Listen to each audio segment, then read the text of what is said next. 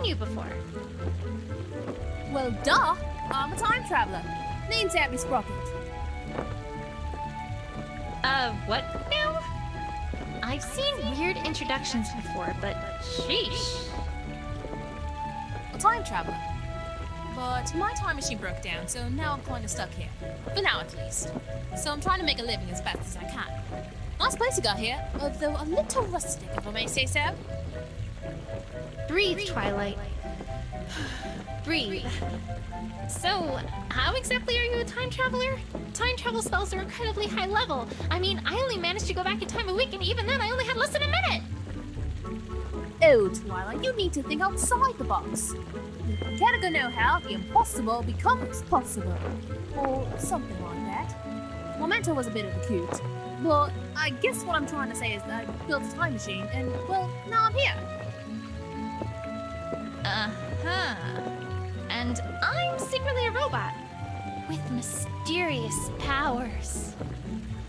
Really? Huh. I didn't think they had robots in this age. Hold on. Let me get some tools and open you up and have a look at how you work. Ah! No. I was joking. Sheesh.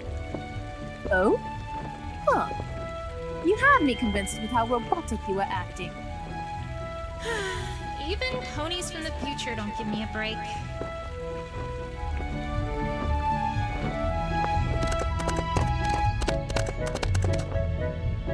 Oh, hi! I don't think I've seen you around before. Are you new here? Yes. Well, no.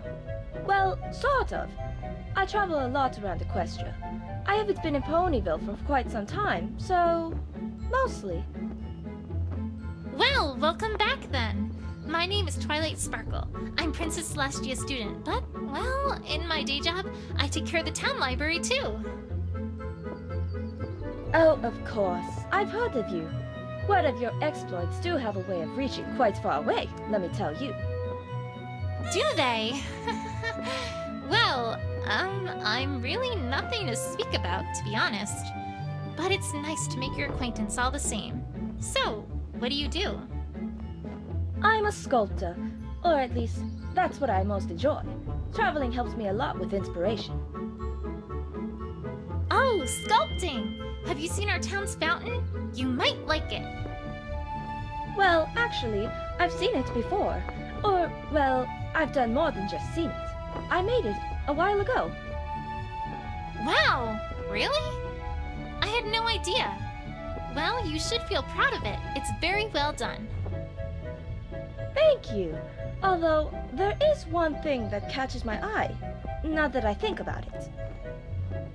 What's that? That plaque. Was that added recently? It wasn't put there when I made it, at least. And I didn't make it for the mayor.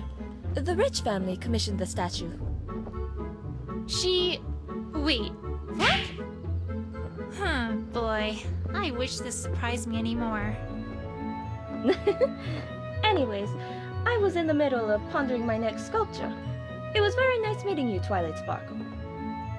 Likewise.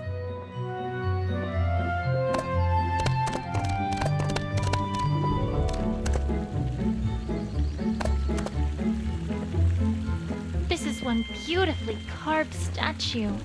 I wonder what it's for. Oh, hey, there's a dedication here.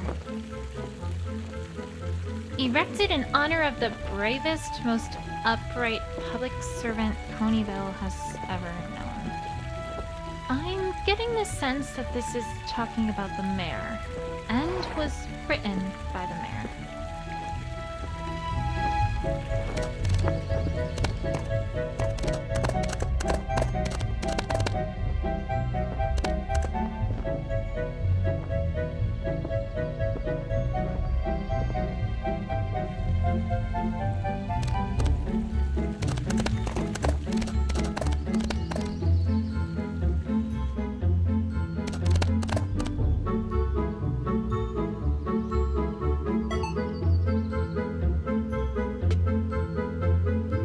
Why, thank you, darling. But I'm afraid that I haven't a clue what I'd use it for. Terribly sorry, but I simply cannot accept this gift. I wasn't giving it to you.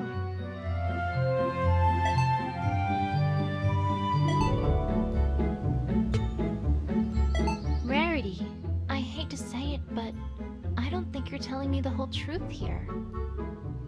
Why, darling, whatever do you mean? I dare say I resent your accusation, my dear.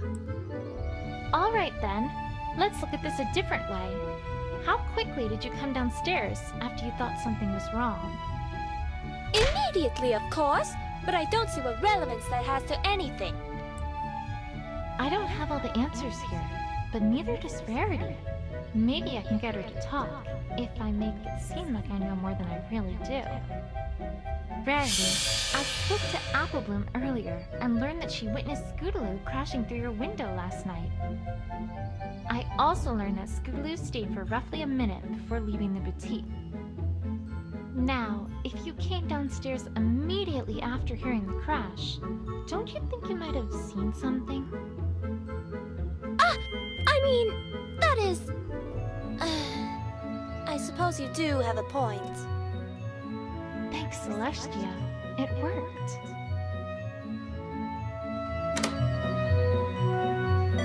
You are correct, Twilight. I did see Scootaloo last night. I did not know what to make of it, and meant to protect her. I do apologize for not being forthright about it. I understand, Rarity, but if that investigation team from Canterlot comes here and finds any of that out, what do you think their conclusion is going to be? You do have a point, I must say. All right, time to get to the bottom of this. All right, Rarity. Please tell me everything you know about what you saw last night. I can't help if I don't have all the details. Of course, Twilight. I shall do my best. I finished my work for yesterday earlier than expected, so I had wanted to get my beauty sleep. I had been somewhat deprived, given that a certain client had made several last-minute orders. I had finally fallen into a blissful, restful sleep when, all of a sudden, I awoke to the sound of a loud crash coming from the first floor. Well, I was just scared out of my wits at that moment, so I made great haste downstairs to see what in Celestia's name was going on. What I found there was awful, terrible, horrible. The first floor of my boutique, ransacked, ruined, torn apart. Oh, what is a man to do? Worse still, True Blue, my prized jewel, was gone, snatched from my very home. And worst of all, the very first thing I saw when I arrived was an orange and purple pony darting out my door. Just a minute. Rarity, this is incredibly important. Please tell me exactly what it was you saw here. Was there any chance, any at all, that what you saw wasn't Scootaloo? Well, I'm afraid that it all went by so fast that I didn't get a very good look. I had to turn on the lights before I could see anything at all, and by that time, it had very nearly left. All I can say is that it was definitely something moving, and that I clearly saw the colors orange and purple. But what about her cape? You didn't see that at all? All I saw was her backside. Perhaps the cape had gotten wrapped around her front when she crashed through the window. I don't know, Twilight. If that does not describe Scootaloo, then who would it describe? Is she really the only... And if...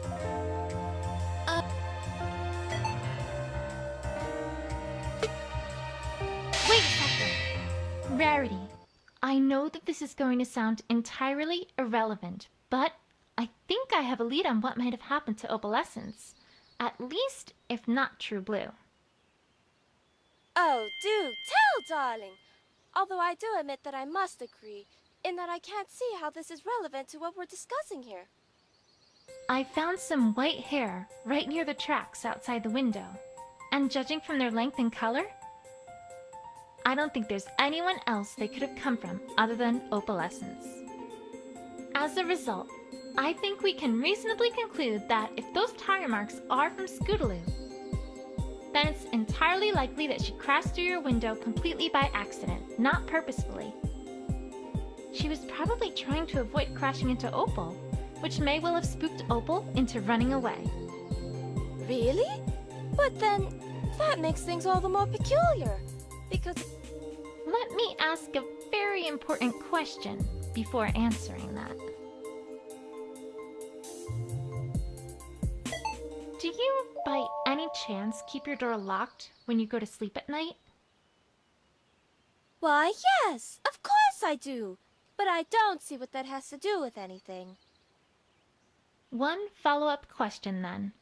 Do you also bring an Opal from outside when you go to bed? Of course! The poor dear, I couldn't leave her to fend for herself at night. Then I think we've established something even more important than the accidental break-in. Twilight, I must ask that you be more direct, as I am not following one word you're saying. Alright, let's think about the facts of the case thus far. We know that you heard a crash and came downstairs to see Scootaloo quickly leaving your boutique. We can reasonably conclude that she probably was responsible for the broken window.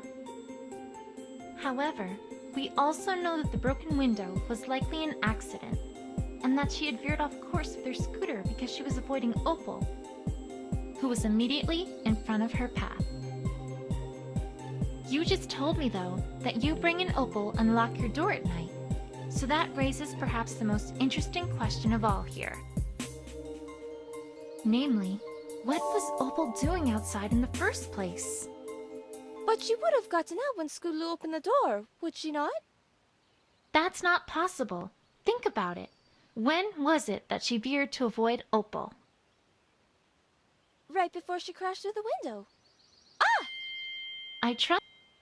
If indeed your door had been locked and had remained that way until Scootaloo left, there would have been no way Opal would have been outside in the first place. But that would mean that some pony else was in my boutique as well? Exactly. I think we can reasonably conclude at this point that there at least is the possibility that someone else had entered your boutique before Scootaloo.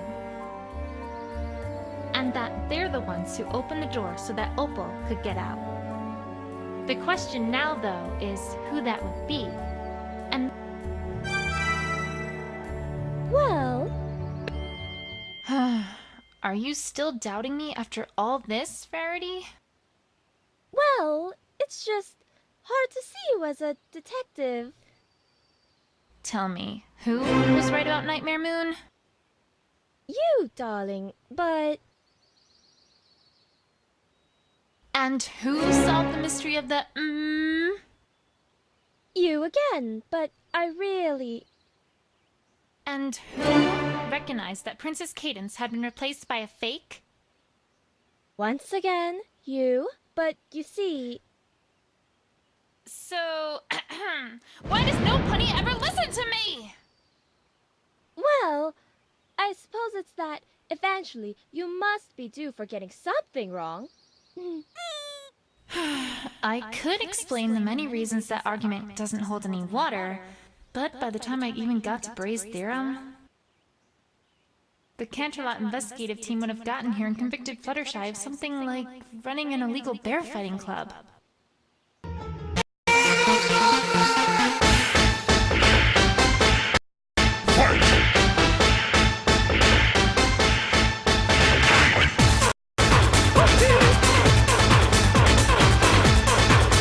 Finish him! Fatality! Probably best to drop the subject now, while I have the chance. Sure. That, makes sense, I guess. Anyways, I'd best be off. More investigating and such like. Thanks for the help, Rarity. Anytime. Where do I go from here, though? It feels like I've talked to just about every pony. Other than Scootaloo, of course. Wait, Scootaloo. Scootaloo, that's it! I haven't talked to all the Cutie Mark Crusaders yet. And if Applebloom is involved, then the others probably are as well. Now, if I recall correctly, I can get to their clubhouse via the western exit of the town square. It's worth a shot, at any rate.